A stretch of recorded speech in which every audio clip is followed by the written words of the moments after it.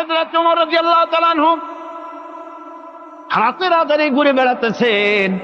আমিরুল মুমিনিন নেতা কারে বলে দেখেন, রাতের আঁধারে ঘুরে বেড়াচ্ছেন, কোথায় কি হয় না হয়। মরুভূমির ভিতরে একটা তাঁবুর মধ্যে আলো জ্বলে, কাছে যে বাচ্চাদের কান্না শুনতে পেলেন, গিয়ে দেখছেন মা কি যেন রান্না করে আর বাচ্চারা কাঁদতেছে গভীর রাত্রে। আমিরুল মুমিনিন বলে, মেয়ে লোক, তুমি তো বড় নিষ্ঠুর, এত রাতে রান্না করো কেন? সকাল সকাল রাঁধতে পারো নাই কেন? সন্ধ্যার সময় খাওয়াই দিতে বাচ্চাগুলি কাঁদতো না। মহিলা বলতেছে, পথিক তুমি কি? তোমার তো আমি চিনি না। আমি এই বাচ্চাগুলি, আমরা কিন্তু মদিনার লোক নই, আমরা মদিনার বাইরের লোক, এই দেশের লোক নাই, বাইরের থেকে এসেছি। মদিনা সরকারের কাছে কিছু পাবো, সাহায্য নেওয়ার জন্য এসেছি, কিন্তু মদিনা খলিফার কাছে এখনো যেতে পারি নাই। আমরা আজকে 3-4 দিন না খাওয়া রয়েছি, ক্ষুধার জ্বালায় বাচ্চারা কান্দে। আমি হাড়িতে কোনো খানা রান্না করি না, বাচ্চাদেরকে সান্ত্বনা দেওয়ার জন্য হাড়ির ভিতরে পানি আর পাথর দিয়ে নাড়াচাড়া করতেছি। আমিরুল মুমিনিন তার পায়ের তলা থেকে যেন মাটি খসে যাচ্ছে, ভয় হয়ে গেল, আল্লাহর ভয় তারই হয়ে গেল তার ভিতরে। বললেন, মা একটু অপেক্ষা করো, দেখি কিছু করতে পারি নাকি। দৌড়ে চলে গেলেন বাড়ি। বৃদ্ধ আসলামকে ডেকে বললেন, বাইতুল মালের দরজা খোলো, বস্তা নিয়ে আসো, আটা ঢুকাও, পেঁয়াজ ঢুকাও, রসুন ঢুকাও, তরি তরকারি ঢুকাও। ঢুকানো হয়ে গেল, বস্তা মুখ বান্ধ। আমিরুল মুমিনিন বলছেন, আসলাম, এই বস্তাটারে এবার আমার মাথায় উঠাইয়া দাও। হযরত আসলাম বলেন, হুজুর, এই বস্তা বহন করার জন্য আমি খাদিম তো হাজির আছি, আপনি নেবেন কেন? আমিরুল মুমিনিন বলছেন, দেখো, যেই দৃশ্য আমি দেখে এসেছি, কিয়ামতে আমারে আসামি বানানো হবে, তোমারে বানানো হবে না, কাজী আমার বোঝা আমার মাথায় উঠাও। আটার বস্তা মাথায় নিয়ে অর্ধেকটা পৃথিবীর প্রেসিডেন্ট আমিরুল মুমিনিন দৌড়াচ্ছেন। মরুভূমির ভিতরে তাঁবুর ভিতরে ঢুকে বস্তা খুলে দিয়ে আটা বের করে দিলেন, রান্না করো।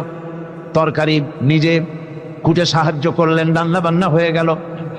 এবার হযরত ওমর বাচ্চা দুইটাকে 2 উরুর উপরে নিয়ে রুটি ছিঁড়ে তরকারি মাখায় খাওয়াতে লাগলেন, আর বললেন, মা তুমি খাও। মহিলা খাচ্ছে।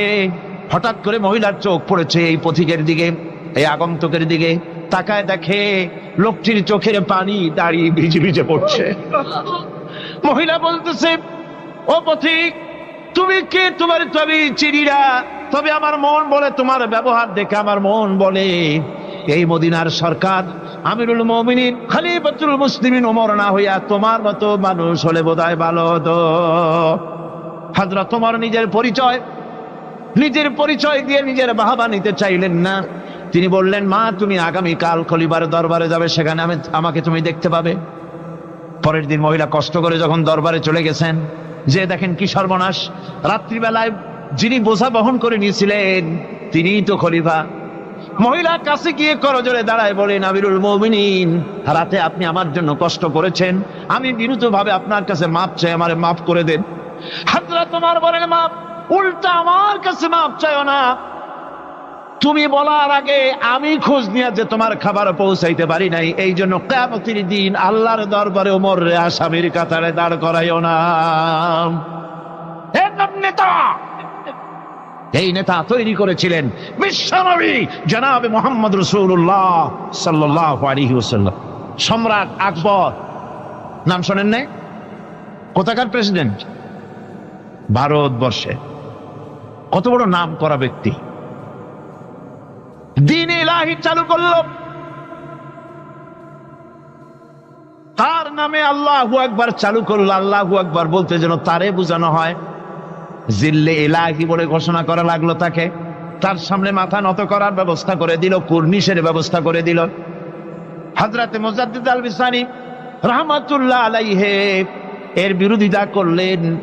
বিরোধিতা করার পরে সম্রাট জাহাঙ্গীর তার জেলের মধ্যে ঢুকাই দিল। তাকে যখন দরবারে দাওয়াত দিয়েছিল, একটা গেট বানালো যাতে করে তার মাথা নিচু করে ঢোকা লাগে। আল্লাহর মাহবুব বান্দা মুজাদ্দিদ আল বিসানি রাহমাতুল্লাহ আলাইহি তিনি মনে করলেন এখানে গেটটা নিচু করা হয়েছে যাতে করে আমি মাথা নিচু করে ঢুকি, আর এটাই সে কুর্নিশ হিসেবে ধরে নেবে। তিনি মাথা নিচু করলেন না, মর্দে মুজাহিদ বাদশার দরবারে নিজের বাম পাখানা আগে ঢুকাইয়া দিলেন। এই অপরাধে তাকে কারারুদ্ধ করা হলো। জেলখানার ভিতরে তিনি আছেন। কয়েক মাস পরে জেলার সাহেব চিঠি লিখেছেন বাদশার কাছে, যা বানা জেল তো হয় চোরের জন্য, ডাকাতের জন্য, বদমাশদের জন্য। কারে পাঠাইলেন জেলখানায়? মুজাদ্দেদ আল বিসানি নামক যে ব্যক্তিকে জেলে পাঠিয়েছেন, তিনি আসার পরে কয়েক মাসে আমার জেলের মধ্যে চোর আর ডাকাত যা ছিল সব আল্লাহর ওলিতে পরিণত হয়ে গেছে। সম্রাট আকবর সেকেন্দ্রায় তার কবর রয়েছে, কেউ জিয়ারত করতে যায় না। মুজাদ্দেদ আল ফিসানি রহমাতুল্লাহ আলাইহি হযরতে খাজা মুঈনুদ্দিন চিশতি রহমাতুল্লাহ আলাইহির দরবারে আজও হাজার হাজার মানুষ কবরের কাছে জিয়ারত করতে যায়। দিনদার, ইমানদার, সৎকর্মশীল হলে আল্লাহ পাক তার মুহাব্বত মানুষের দিলের মধ্যে পয়দা করে দেন। আল্লাহ রাব্বুল আলামিন কোরআনে কারীমের মধ্যে বলেছেন, ফামান ইয়াকফুর বিত-তাগুতি ওয়া ইউমিন বিল্লাহি ফাকাদ ইসতামসাকা বিল উরওয়াতিল উসকা লা ইনফিসামা লাহা ওয়াল্লাহু সামিউন আলীম। ফামান ইয়াকফুর বিত-তাগুত ওয়া ইউমিন বিল্লাহ, যারা নাকি তাগুতকে অস্বীকার করেছে এবং আমি আল্লাহর প্রতি যারা ঈমান এনেছে, তারা এমন এক অবলম্বন ধারণ করেছে যা কখনো ছিঁড়ে যাবার নয়, যা কখনো তাদেরকে ধ্বংস করবে না, বিচ্ছিন্ন করবে না। আর আল্লাহ হচ্ছেন মোমেনদের পৃষ্ঠপোষক। যারা ঈমান আনে তাদের পৃষ্ঠপোষক হচ্ছেন আল্লাহ পাক, তাদের সাহায্যকারী হচ্ছেন আল্লাহ পাক। তাদেরকে আল্লাহ পাক অন্ধকার থেকে আলোর দিকে নিয়ে আসেন। আল্লাহ পাক মোমেনদেরকে, মানুষদেরকে অন্ধকার থেকে কোথায় নিয়ে আসেন? আলোর দিকে। আর যারা নাকি কাফের, তাদের বন্ধু হচ্ছে তাগুত, তাদের সাহায্যকারী তাগুত। তাদেরকে এই তাগুতি শক্তি আলো থেকে অন্ধকারের দিকে নিয়ে যায়। এই জন্য যারা মোমেন হবে, মোমেনদের মধ্যে ঈমান আনার পর কিছু গুণ তার মধ্যে সৃষ্টি হতে হবে, কিন্তু কোয়ালিটি তার মধ্যে সৃষ্টি হতে হবে। সেই কোয়ালিটিগুলি কি, তা একটি একটি করে আপনাদের সামনে আমরা পেশ করব ইনশাআল্লাহুল আজিজ। একটি মানুষ যখন মোমেন হয়, ঈমানদার হয়, তো মোমেন হওয়ার আগ পর্যন্ত সে হয় হীনমন্যতায় ভোগে, ইনফিরিয়রিটি কমপ্লেক্স, এহসাসে কমতরি, হীনমন্যতা। অর্থাৎ আল্লাহর প্রতি ঈমান আনার আগ পর্যন্ত সে আগুনের মধ্যে ক্ষমতা আছে, পানির মধ্যে ক্ষমতা আছে। যখন সে ব্যক্তি ঈমান আনার পরে তার ভেতরে আত্মসম্ভ্রম পয়দা হয়ে যায়, শখসিয়তের পয়দা হয়ে যায়, তার ভিতরে এমন একটা আত্মমর্যাদা বোধ এসে যায় যে আমি যেগুলির সামনে মাথা নত করি আর শক্তি আছে বলে মনে করি, এগুলি তো আসলে কিছুই না। সব শক্তির মূল হতেছেন তো আল্লাহ রব্বুল আলামিন। কোরআনে কারিমে রব্বুল আলামিন বলেছেন, ইন্নাল্লাযীনা তাদউনা মিন দুনিল্লাহি ইবাদুন আমসালুকুম। আল্লাহ পাক বলেন, আমাকে বাদ দিয়ে তোমরা যাদেরকে ডাকো, আমাকে বাদ দিয়ে যাদের আশ্রয় গ্রহণ করো, যাদের কাছে সাহায্য কামনা করো, ওরা তোমার মতো আমার আর একটি গোলাম। তুমি যেমন আমার গোলাম, ওরাও তেমন আমারই গোলাম। সুতরাং তুমি নিজে গোলাম হয়ে আর একটা গোলামের কাছে হাত পেতেছো, তোমার কোনো প্রয়োজন সে মিটাতে পারবে না, তোমার কোনো প্রয়োজন সে মিটাতে পারবে না। ওরা নিজের সাহায্য নিজেরা করতে পারে না। কোরআনে কারীম কি সুন্দর করে বুঝিয়েছে, হাতে তৈরি করে মূর্তি বানায়া তার সামনে তোমরা সাহায্য চাও, ওরা তোমার সাহায্য করবে কি? ওরা তো নিজের সাহায্য নিজেকে করতে পারে না। এই যে আমাদের দেশে কত মূর্তি তৈরি হয়, এক একটার 8টা 10টা করে হাত থাকে, এগুলির সামনে নানান রকমের নজর পেশ করা হয়। এগুলি যদি কুকুরে এসে খাওয়া আরম্ভ করে, আপনারা বলেন 10টা হাতের একটা হাত দিয়েও কি তাড়াই দিতে পারবে? পারবেন। এমনকি ওদের নাকের ডগায় মাছি বসে যদি মুখের মধ্যে পায়খানা করে, তাও এতগুলি হাতের একটা আঙ্গুল দিয়া মাছিটাকে উড়াই দিতে পারবে না। এরা, আল্লাহ রাব্বুল আলামিন বলেন যে ওরা মাছির মতো একটি ক্ষুদ্র প্রাণী বানাতেও সক্ষম নয়, অথচ এদের কাছে সাহায্য কামনা করা হয়। একবার রাসূল পাক সাল্লাল্লাহু আলাইহি সাল্লামের কাছে একজন মুশরিক এসেছেন, তার কাছে একটা ভাঙ্গা মূর্তি। হুজুর জিজ্ঞেস করলেন, তোমার মূর্তিটা ভাঙা কেন? লোকটি বলল যে এটি হচ্ছে আমার খোদা, একে আমি সব সময় সাথে রাখি, না জানি কোন সময় কোন বিপদে পড়ি, এই জন্য সাথে রাখি বিপদ থেকে বাঁচার জন্য। পথিমধ্যে আমার প্রকৃতির ডাক এলো, পেশাব পায়খানায় যাওয়ার প্রয়োজন হলো, তো মনে করলাম এমন জায়গায় এই খোদা নিয়ে যাওয়া উচিত না, খোদাকে রাস্তার উপরে রেখে তারপরে গেলাম কাম সারতে। কাম সেরে এসে দেখি যে এইটার মাথা থেকে শুরু করে পা পর্যন্ত ভিজা। মনে করলাম খোদার শরীর ভিজা, না জানি নিশ্চয়ই কোনো পবিত্র বরকতপূর্ণ পানি হবে। তো এই বরকতপূর্ণ পানি আমি নিজে একটু টেস্ট করলাম, জিহ্বা দিয়া চাটলাম, খাইলাম, দেখলাম যে কেমন কেমন গন্ধ আসে, আর কি একটা টক টক জাতীয় বিশ্রী রকমের। তো মনে করলাম পবিত্র পানি এরকমের গন্ধ হবে কেন? এদিক ওদিক তাকালাম, তাকিয়ে দেখি দূরে একটা কুকুর দাঁড়ানো, তার নিচের থেকে পানি টপকাচ্ছে।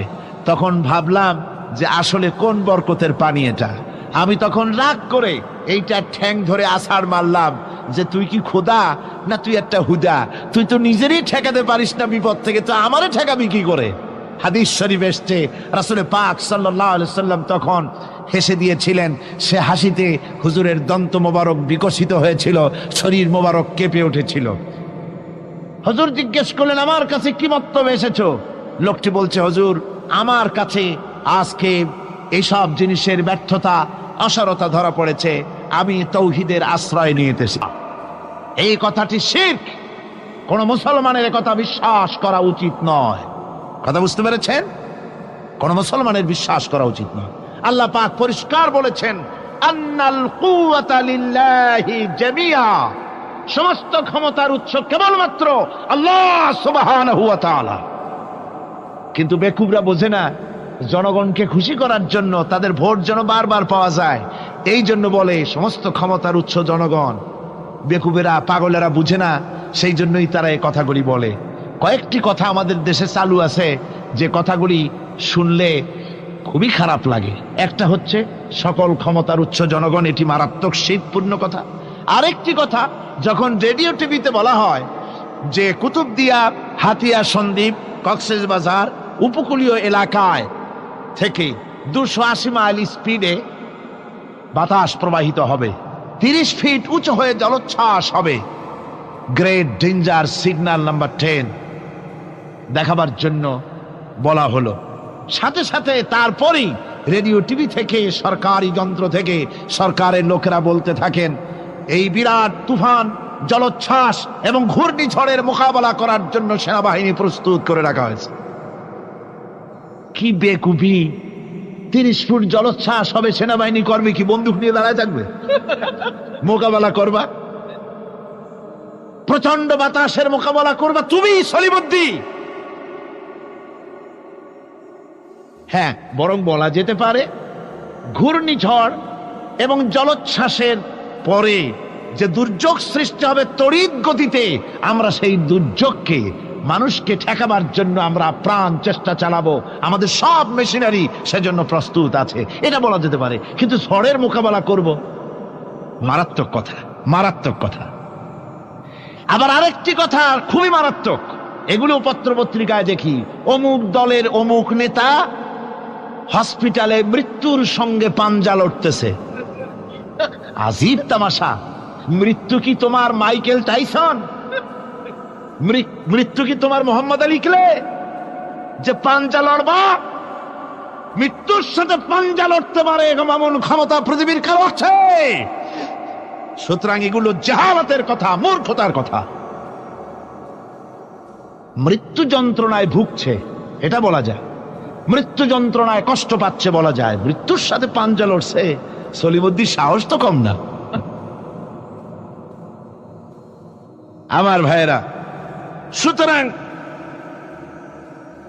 সমস্ত ক্ষমতার উৎস কেবলমাত্র আল্লাহ সুবহানাহু ওয়া তাআলা। যাকে খুশি ক্ষমতায় দেন, যাকে খুশি ক্ষমতা থেকে নামায় দেয়। এত বড় প্রচন্ড ক্ষমতার মালিক তিনি। রাতকে দিন বানান, দিনকে রাত বানিয়ে দেন, সাগরকে নগর করেন, নগরকে সাগরে পরিণত